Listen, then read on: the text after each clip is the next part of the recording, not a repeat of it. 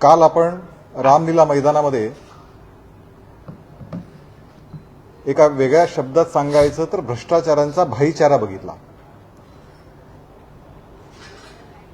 वेगळ्या विषयामध्ये वेगळ्या प्रकरणामध्ये भ्रष्टाचारासाठी एकत्र येऊन ज्यांनी भ्रष्टाचार केलाय अशी मंडळी काल एकत्र आली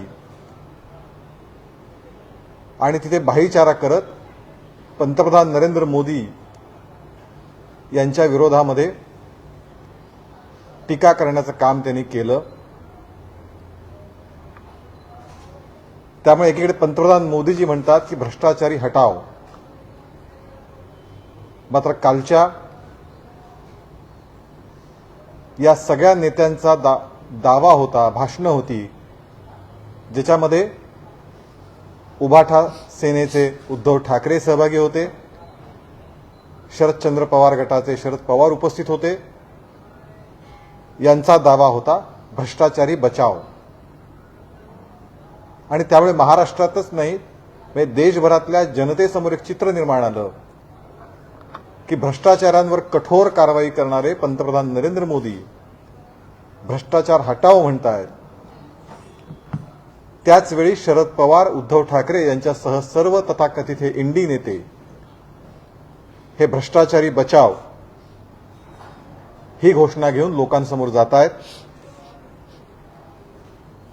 देश लुटण्याचा हा एक कलमी कार्यक्रम या विविध पक्षाच्या नेत्यांनी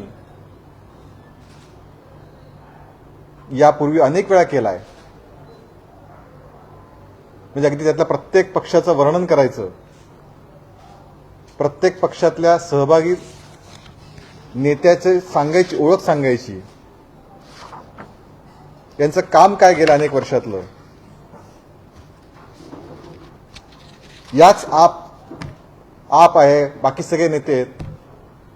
या सत्येंद्र जैनना अद्याप कोर्टात गेल्या अनेक महिन्यांपासून तुरुंगात आहेत, कोर्ट जामीन देत नाहीये। मनोज सिसोदिया अरविंद केजरीवालांचे अतिशय निकटवर्तीय, त्यांना कोर्टाने जमानत दिली नाहीये। संजय सिंह पुन्हा केजरीवालांचे निकटवर्तीय, कोर्ट जमानत देत नाहीये। स्वतः केजरीवाल कोर्टाच्या आदेशाने रिमांडमध्ये आहेत। हेमंत सोरेन यांना कोर्टाच्या आदेशाने ते पुन्हा त्यांना जमानत मिळाली नाहीये। काँग्रेस स्वतः इन्कम टॅक्सच्या प्रकरणामध्ये त्यांना कोर्टातनं कुठलाही दिलासा मिळाला नाहीये। लालू यादवचं कोर्टात मामला सुरूच आहे। म्हणजे जर या कालच्या सगळ्या प्रकरणामध्ये सगळे नेते आपण बघितले तर ईडी गठबंधन असं न म्हणता ईडी ठगबंधन असं या आघाडीचं यथार्थ वर्णन आपल्याला करता येईल। कालच्या रॅलीमध्ये अनेक नेते सहभागी होते। काँग्रेसचे नेतृत्व तेही भ्रष्टाचारामध्ये सहभागी, 5,000 करोडच्या घोटाळ्यामध्ये त्या स्वतः बेलवरती आहेत। जीप घोटाळ्यापासून अनेक भ्रष्टाचाराचे प्रकरण काँग्रेसच्या नावावरती आजपर्यंत आहेत। मला आश्चर्य वाटतं आम आदमी पार्टीचं त्यांनी सुरुवातीला वचन दिलं होतं की आमच्यावर चुकून जरी भ्रष्टाचार आरोप झाला तरी आम्ही राजीनामा देऊ। आज दिल्लीचे मुख्यमंत्री अरविंद केजरीवाल हे अटकेत आहेत कोर्टातनं। अनेक वेळा त्यांनी सुप्रीम कोर्टातनं मागे गेले, तिथून माघार घेतली, हायकोर्टात गेले, तिथून माघार घेतली, त्यांना जामीन कुठेही मिळाला नाही, मात्र तरीही राजीनामा ते देत नाहीयेत। आरजेडीचा विषयच नाही, चारा घोटाळ्यापासून अनेक विषय त्यांच्यावरती आहेत। समाजवादी पार्टीचे तर किस्से आपल्या सगळ्यांना माहिती आहे, किती प्रकारचा भ्रष्टाचार समाजवादी पार्टीने केला। त्यामुळे अनेक नेत्यांबद्दल जर बोलायचं असेल, झारखंड मुक्ती मोर्चामध्ये तीच गोष्ट आहे, त्यांचे नेते अनेक भ्रष्टाचारात डुबलेले आहेत। डीएमकेची ओळख तर 2G स्पेक्ट्रम घोटाळ्यापासूनची डीएमकेची ओळख आहे। त्यामुळे असे असंख्य नेते, आणि म्हणून हे भ्रष्टाचारांचं ठगबंधन आहे हे या ठिकाणी स्पष्ट होतं। या भ्रष्टाचार ठगबंधनामध्ये स्वाभाविकपणे महाराष्ट्राच्या विकासाला ज्यांनी आतापर्यंत खीळ घातली असे दोन नेते, मग ते शरद पवार असतील, उद्धव ठाकरे असतील, ज्यांनी शेतकरी, उद्योजक, युवकांच्या प्रगतीत अडथळे आणले, हे कालच्या ठगबंधनात सहभागी झाले नसतील तर आश्चर्य वाटलं असतं.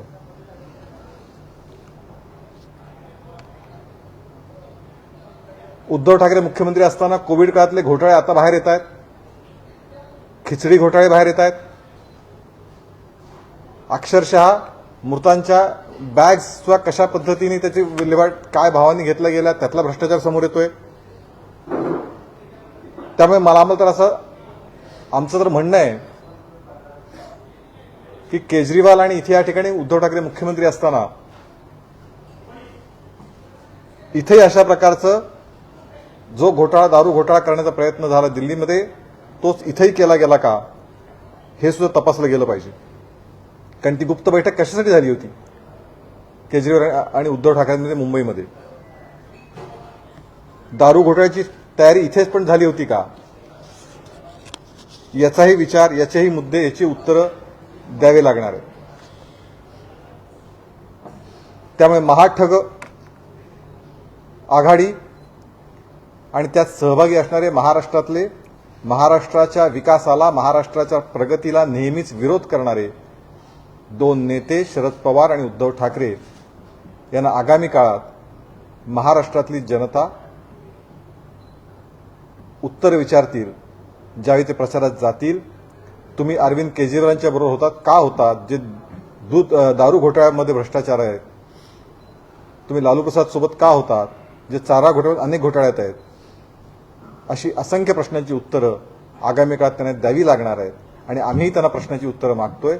त्यासाठी ही आजची पत्रकार परिषद आहे. इंडिया आघाडीच्या बैठकीत तेजस्वी यादव यांनी एक मुद्दा उपस्थित केला होता. तुमच्या सहकारी पक्षांमध्ये गोविंदा सहभागी झाले, त्या अनुषंगाने त्यांनी एक शायरी म्हणा किंवा तुमचं डोके जो असं एकंदरीत गोविंदाच्या संदर्भात विचारलं. आता विदर्भात निवडणुका होत आहेत किंवा मतदान होईल आहे काही दिवसांमध्ये, गोविंदा तिथं प्रचारासाठी जाणार आहे.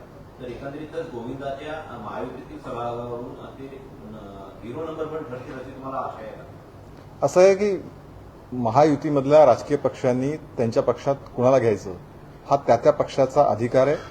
त्यामुळे शिवसेनेने त्यांना घेतलं असेल, शिवसेना त्यांचा प्रचारासाठी उपयोग करायचा असेल तो शिवसेनेचा अधिकार आहे. हो ना. हां,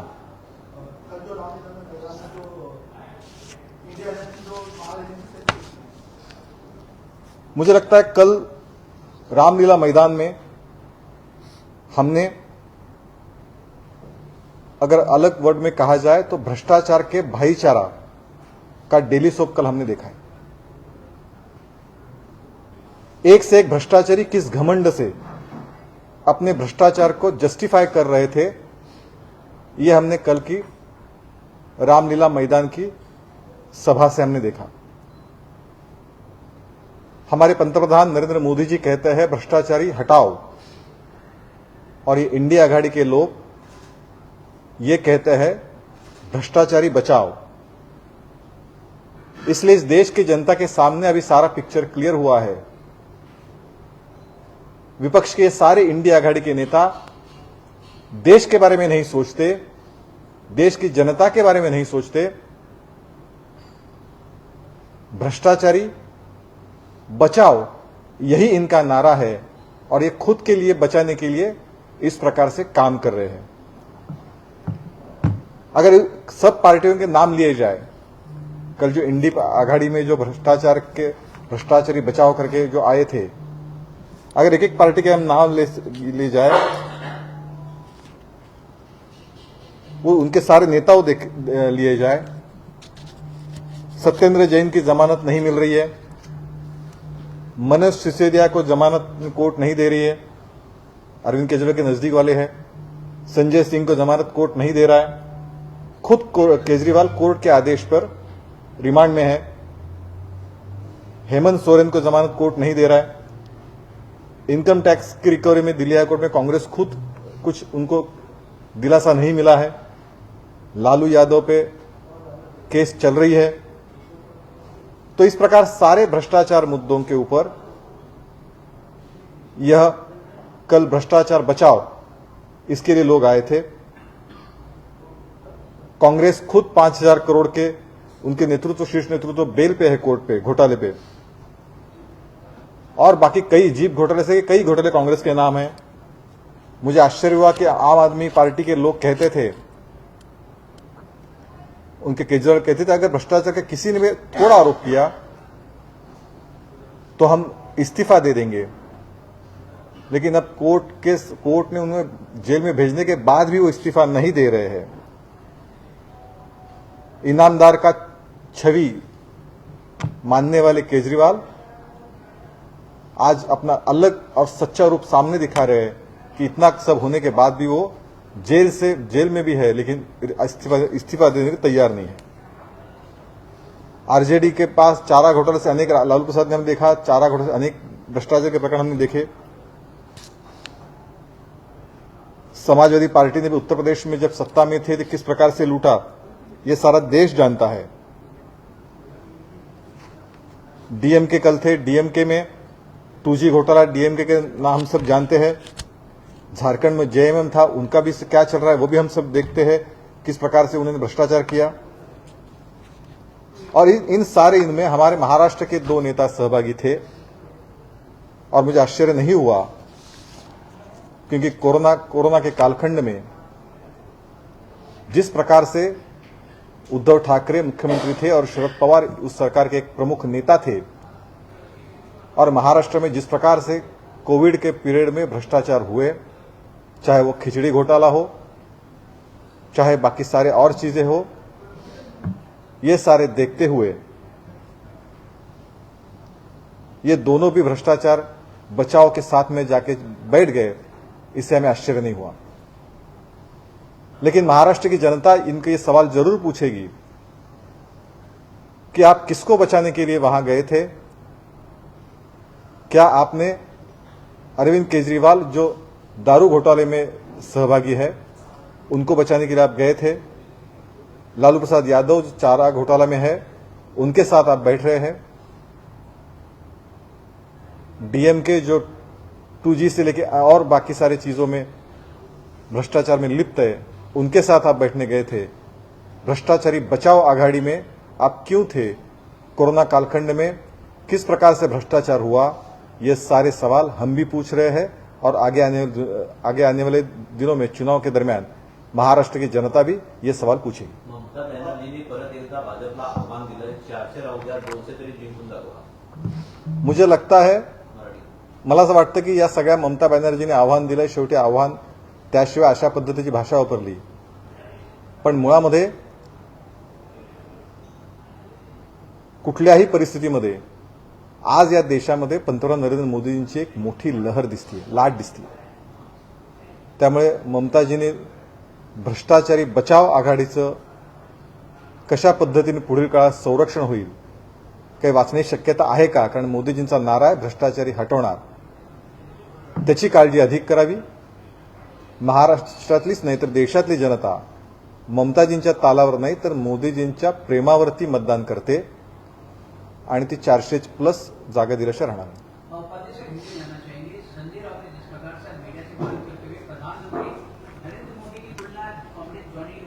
मुझे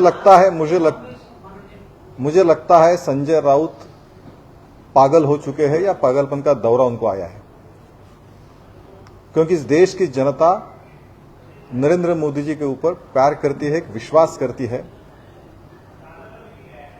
और ऐसे लोकप्रिय प्रधानमंत्री के ऊपर इस प्रकार सी बातें करना, ये कोई पागल या जिसको पागलपन का दौरा आया है यही व्यक्ति कर सकता है। एक और सवाल जानना चाहेंगे, जिस प्रकार से आप लोगों का नारा है 400 पार का, पश्चिम बंगाल की मुख्यमंत्री ममता बनर्जी दावा करते हैं कि बीजेपी जो है 400 पार में 200 पार। मैंने अभी उसका जवाब दिया ना, हिंदी में दिया मैं जवाब।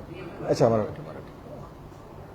ममता बनर्जी भ्रष्टाचारी बचाओ इंडिया आघाड़ी की चिंता करे, क्योंकि मोदी जी का नारा है भ्रष्टाचार को छोड़ेंगे नहीं, और वो आने वाले दिनों में छोड़ने वाले भी नहीं है।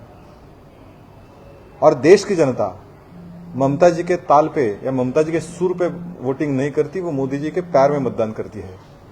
तो 400 पार का नारा तो देश की जनता करके दिखाएगी, ममता जी को उनकी आघाड़ी की चिंता करनी चाहिए।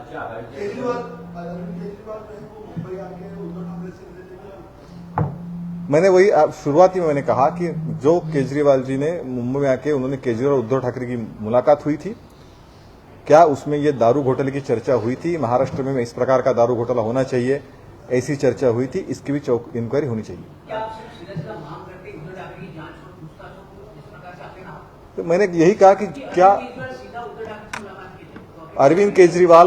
अरविंद केजरीवाल और उद्धव ठाकरे की उस मीटिंग में क्या दारू घोटाले की बारे में चर्चा हुआ, उस जिस प्रकार से दारू घोटाला वहां हुआ, जिस प्रकार से पैसों की हेरफेर हुई, जो अभी सामने सब आ रहा है, वही करने का यहाँ तैयारी शुरू हुई थी क्या, ये सामने सब आनी चाहिए पिक्चर। हां, या आघाडीच्या सभेमध्ये उद्धव ठाकरेंचं पण भाषण झालं, त्यामध्ये ते म्हणतात की उपमुख्यमंत्री देवेंद्र फडणवीस यांनी मणिपूर आणि लडाखमध्ये जावं, त्यांच्या जाण्या येण्याचा राहण्याचा खर्च करण्यास आपण तयार आहोत असं आवाहन दिलं। मुळामध्ये असं आहे की उद्धव ठाकरेच्या बद्दल अनेक जणांनी त्यांच्याच पक्षातल्या लोकांची काय वक्तव्य देण्याघेण्याबद्दलची, ह्याच्याबद्दल मी वेगळं भाष्य करायची गरज नाही।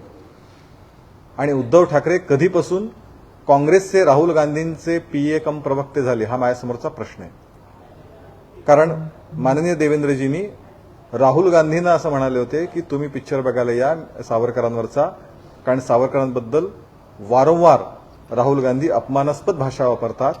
खरं म्हणजे जे माननीय देवेंद्रजींनी सांगितलं की मी तुम्हाला चित्रपट हे करायला, थिएटर बुक करायला तयार आहे, ती भूमिका उद्धव ठाकरेंनी घ्यायला हवी होती। किंबहुना ज्यावेळी इथे शिवाजी पार्कला काय त्या इंडिया आघाडीची सभा झाली, त्यावेळी राहुल गांधींना त्यांनी पाठीमागत असलेल्या सावरकर सदनामध्ये नेऊन त्यांचे डोळे उघडायला भाग पाडायला पाहिजे होतं। पण त्याच्याऐवजी सावरकरांबद्दल बोलण्याऐवजी, सावरकरांबद्दल स्वागत करण्याऐवजी प्रत्यक्षामध्ये या प्रकारची राहुल गांधींचे प्रवक्ते बनल्यासारखं देवेंद्र टीका करणं, मला असं वाटतं की उद्धव ठाकरेंनी स्पष्ट केलं पाहिजे नेमके ते प्रवक्ते कोणाचे।